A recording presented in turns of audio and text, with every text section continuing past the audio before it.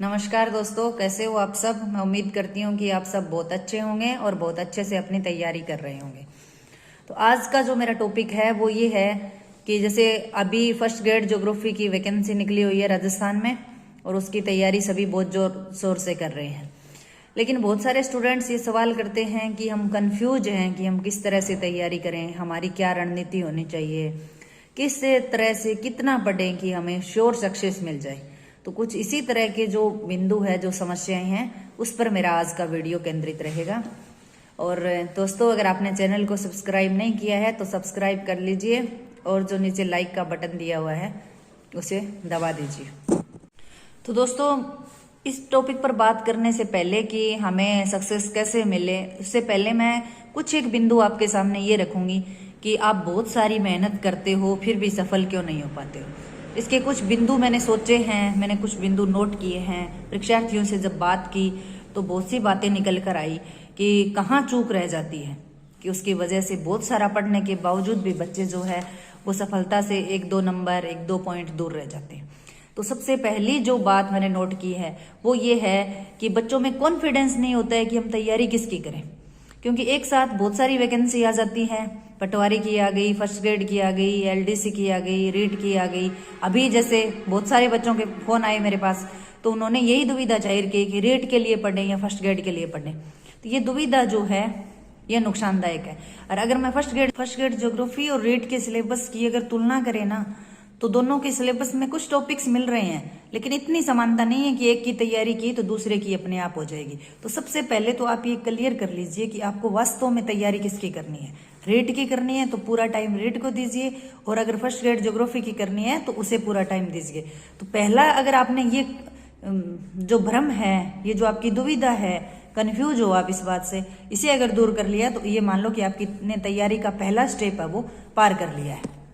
दोस्तों, ये जो बातें मैं आपको बता रही हूँ ना, इनमें कोई बनावटी बात नहीं है, कोई आदर्शवादी बात नहीं है। वही सब बातें हैं जो मैंने अपनी तैयारी के दौरान महसूस की थी और जिन गलतियों को मैंने दूर किया, जिसकी वजह से मुझे सफलता मिली, वही मैं आपके साथ शेयर कर रही हूँ। दूसरी जो गलती है वो ये है कि पूरा सिलेबस नहीं देखते हैं स्टूडेंट्स जो है वो। कोचिंग ज्वाइन कर ली, किसी ने कोई बुक्स बता दी तो वो पढ़नी शुरू कर दी, लेकिन ये नहीं देखते हैं कि क्या कोचिंग में करवाया जा रहा पूरा मैटर मेरे सिलेबस में है, या फिर जो किताब मैं पढ़ रहा हूँ उसमें जितना मैटर है वो पूरा मेरे सिलेबस में है या नहीं है। ये चीज नहीं देखते हैं। तो इस बात में तो बहुत ध्यान रखते हैं कि वैकेंसी में कितनी सीटें हैं, ज्योग्राफी की कितनी है, महिलाओं की कितनी है, कौन सी कैटेगरी में कितनी है। इन चीजों पे बहुत सारी मेहनत करते हैं, जबकि इस पर मेहनत करने की कोई जरूरत नहीं है, क्योंकि हमें सिर्फ एक सीट चाहिए होती है।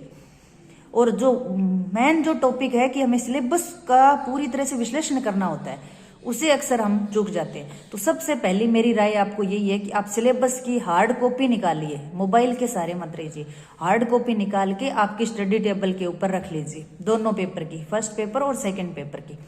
उसके बाद जो है उस बुक्स का चुनाव कीजिए, नोट्स का चुनाव कीजिए और सिलेबस को 2 से 3 बार पढ़िए। तब आपको पता लगेगा कि क्या ये सारा मटेरियल मेरे पास है, और अगर मेरे पास है तो क्या मैं खुद अपने दम पर इस मटेरियल को समझ सकता हूँ, या फिर मुझे किसी की कोचिंग की जरूरत पड़ेगी। इस बात को अगर आपने बहुत अच्छे से समझ लिया, और समझने के लिए जरूरी है कि आप इस पर 2-3 दिन का टाइम दीजिए। अपनी किताबों की अलमारी है उसको खंगालिए, उसमें टॉपिक देखिए, उनके निशान लगाइए, क्योंकि बहुत सारी किताबें पढ़ने से सफलता नहीं मिलती। हालांकि पढ़ी हुई किताबें कभी बेकार नहीं जाती है, लेकिन इतना टाइम नहीं होता और ना ही दिमाग की इतनी लिमिट होती है कि वो बहुत सारा याद रख सके। तो हमें सिलेक्टेड पढ़ना है और सिलेक्टेड याद रखना है। तो फ्रेंड्स, जो गलती है ना कि सिलेबस नहीं देखना और सिलेबस के अकॉर्डिंग बुक्स ना लेना, ये गलती आप मत करना। सिलेबस देखिए, फिर उसके अकॉर्डिंग बुक्स लीजिए। अगर एक्स्ट्रा आपको बुक्स परचेज करनी पड़ रही है तो कर लीजिए, क्योंकि किताबों पे लगाया हुआ पैसा कभी व्यर्थ नहीं जाता। इसके अलावा जो एक बड़ी गलती और करते हैं वो है नोट्स के चक्कर में पढ़ना। क्योंकि नोट्स, अगर फर्स्ट ग्रेड ज्योग्राफी के नाम से आपको नोट्स मिलेंगे ना, तो उसमें 90% नोट्स ऐसे होंगे जिनमें सारे जो जितनी भी परीक्षाएं हो रही है भारत में, उन सब का सिलेबस एक साथ घुसेड़ा हुआ होता है। सारा सिलेबस एक साथ में घुसा देते हैं, क्योंकि बेचने वालों को तो बेचना होता है। हम जब पढ़ना शुरू करते हैं तो जो हमारे टॉपिक नहीं है उससे पहले ही हम इतना कुछ पढ़ चुके होते हैं कि हमारी जो दिमाग की लिमिट है वो क्रॉस हो चुकी होती है, और लॉस हमें ही होता है। नोट्स बेचने वाले को, नोट्स बनाने वाले को कोई नुकसान नहीं होता। तो नोट्स आप उन्हीं टॉपिक्स का लीजिए जिनकी आपके पास किताब नहीं है या किताब में पर्याप्त मटेरियल नहीं है। तो व्यर्थ के जो नोट्स है उनके चक्कर में कभी भी मत पड़िए।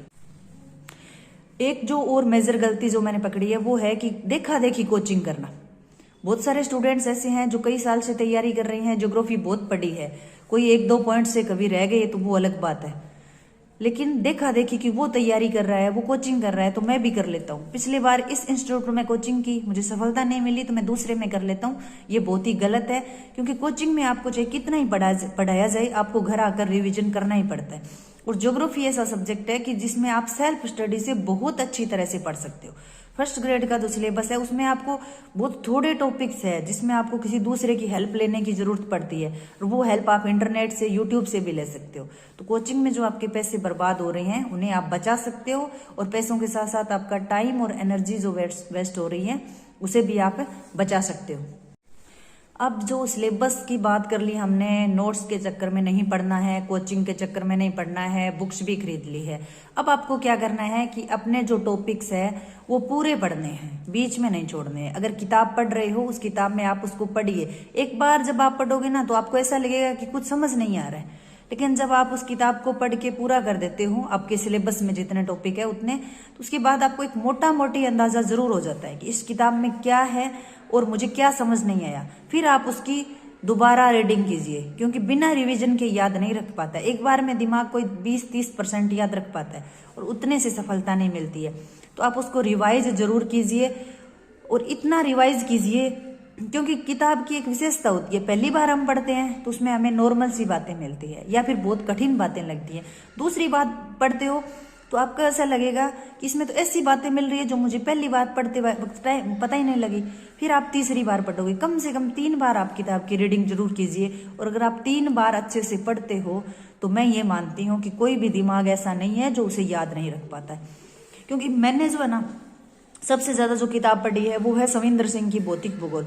उस किताब को मैंने जब मैं बीए फर्स्ट ईयर में थी तब पढ़ना शुरू किया था, और आज भी अगर मैं इतने सालों बाद भी उस किताब को पढ़ती हूँ तो मुझे ऐसा लगता है कि इसमें ऐसी नई बातें मिल रही है जो मुझे उस टाइम पता नहीं लगी थी। तो यानी हर किताब जो है वो नए नए रहस्य खोलती जाती है, किसी भी सब्जेक्ट की किताब होती है। यानी किताब में बहुत कुछ बिटवीन द लाइन होता है, यानी ऐसी बातें होती है जो हमें सही तौर पर समझ में नहीं आती है, उसमें डीप नॉलेज होता है और वो टाइम के साथ समझ में आता है। और एक जो बात है सबसे महत्वपूर्ण वो है प्रश्नों की प्रैक्टिस करना, क्योंकि किताब में जो थ्योरी दी है उसे प्रश्नों की शक्ल में ढालना भी बहुत जरूरी होता है। तो प्रश्नों की आप अधिक से अधिक प्रैक्टिस कीजिए, और ऑनलाइन की बजाय मेरी राय ये है कि ऑफलाइन कीजिए, क्योंकि बहुत सारे जो नोट्स वगैरह है, या नोट्स तो क्या मैं ये कहूँ कि कुछ किताबें हैं जिनमें सिर्फ प्रश्न आते हैं, पुराने प्रश्न भी होते हैं, नए भी होते हैं। तो आप उन प्रश्नों की खूब सारी प्रैक्टिस कीजिए, उससे आपको पता लगेगा कि आपकी गलती कहाँ हो रही है। बहुत बार बच्चे ये कहते हैं कि इसका उत्तर मुझे आ रहा था लेकिन ऑप्शन भरने में गलती हो गई। तो अगर आप लगातार प्रैक्टिस करोगे तो वो ऑप्शन भरने में गलती कभी भी नहीं होगी। तो दोस्तों आज के लिए इतना ही। आज जो समस्याएं थी वो मैंने आपको बताई है। नेक्स्ट में मैं ये बताऊंगी कि मैंने किस तरह से तैयारी की थी और कौन कौन सी बुक्स पढ़ी थी। धन्यवाद दोस्तों। वीडियो को लाइक करना, चैनल को सब्सक्राइब जरूर कर लेना। Best of luck.